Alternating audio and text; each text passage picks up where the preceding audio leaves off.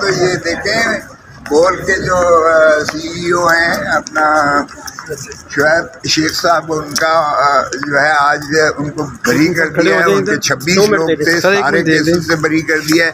ان کے سارے جو عملے فیل ہے جن کو کیا گیا تھا بری کر دیا ہے. سندھ ہائی کورٹ نے پہلے بری کیا تھا اور یہ آئینی قدغن تھی ایک ہی کیس کا 2 منٹ پر ٹرائل نہیں ہو سکتا.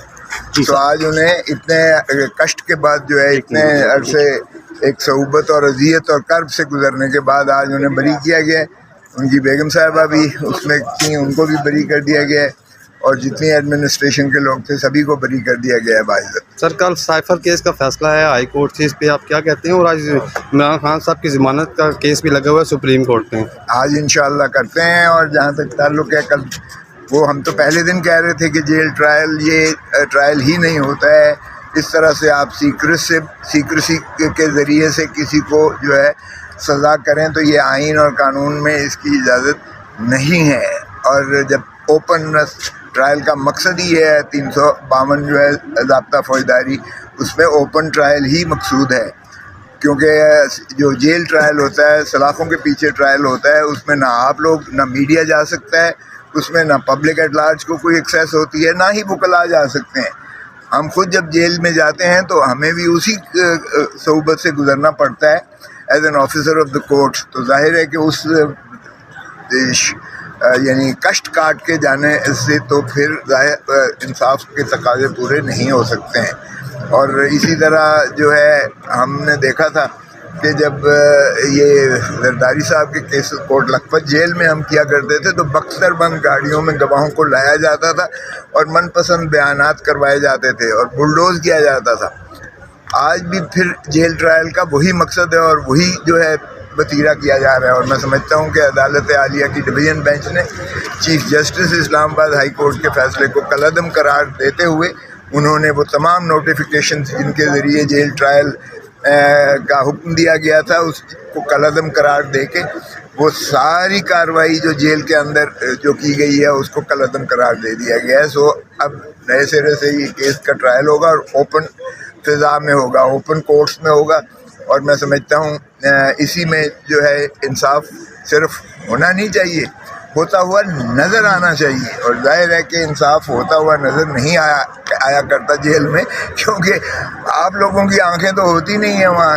آج جو چوتھی جو ستون ہے ریاست کا، اگر اس کی بیچ میں مداخلت یعنی اس کی موجودگی نہ ہو تو پھر عوام کو وہ آگہی نہیں ملتی ہے. اور اگر عوام کو آگہی نہ ملے تو بھی آئینی تقاضے پورے نہیں ہوتے ہیں، کیونکہ due process of law article 10A میں اور جو کانسیپٹ آف جسٹس ہے قانون کے مطابق اس کے تقاضے پورے نہیں ہوتے ہیں. سو میں سمجھتا ہوں کہ کل کا یہ فیصلہ جو ہے یہ خوش آئند ہے.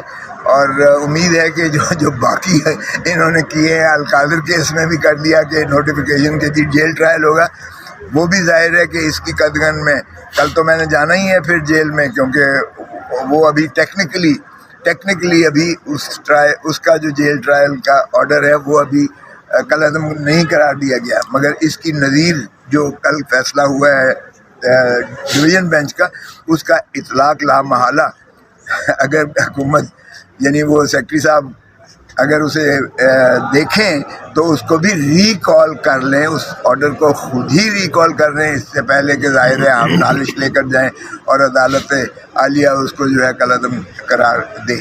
تو میں توقع کرتا ہوں کہ یہ اوپن کورٹس جو ہے اس میں سماعت کریں گی اور انصاف کے تقاضے پورے کیے جائیں گے. آپ لوگوں کو یعنی میڈیا کو، چاہے وہ الیکٹرانک ہو یا پرنٹ میڈیا ہو، ان کو رسائی ہونی چاہیے عدالتوں میں.